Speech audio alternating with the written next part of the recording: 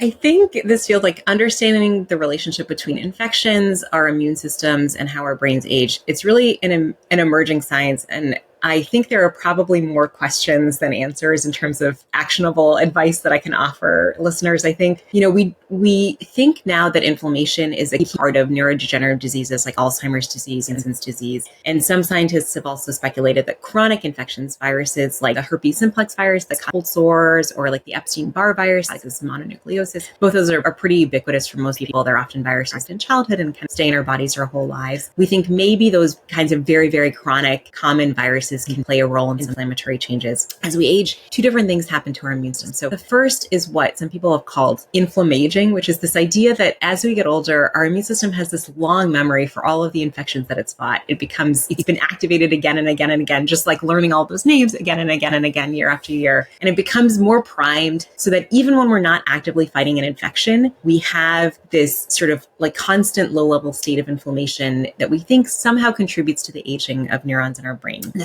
second thing that happens, which is really counterintuitive, is what's called immunosenescence, which is basically the phenomenon that as this kind of general inflammation is happening, our immune systems get less efficient at actually fighting the infections that we're coming up against than they were when we were younger. So somehow, even though our immune system is already primed by everything it's already experienced, it's not quite as good at activating when it's truly needed for certain kinds. And so we become at risk of certain kinds of infections that our younger cells have much more easily been able to fight off. And we think that these two things really play a role in brain aging, although this is really an emerging science and really murky how and why. I don't have great advice on prevention, although I'll say that I think some of the studies suggest that the factors that play a role in aging more generally, so things like quitting smoking if you're a smoker, getting enough sleep and exercise, all of these things we think maybe have an effect on this inflammaging as well. So maybe, by addressing one, we kind of address some of the broader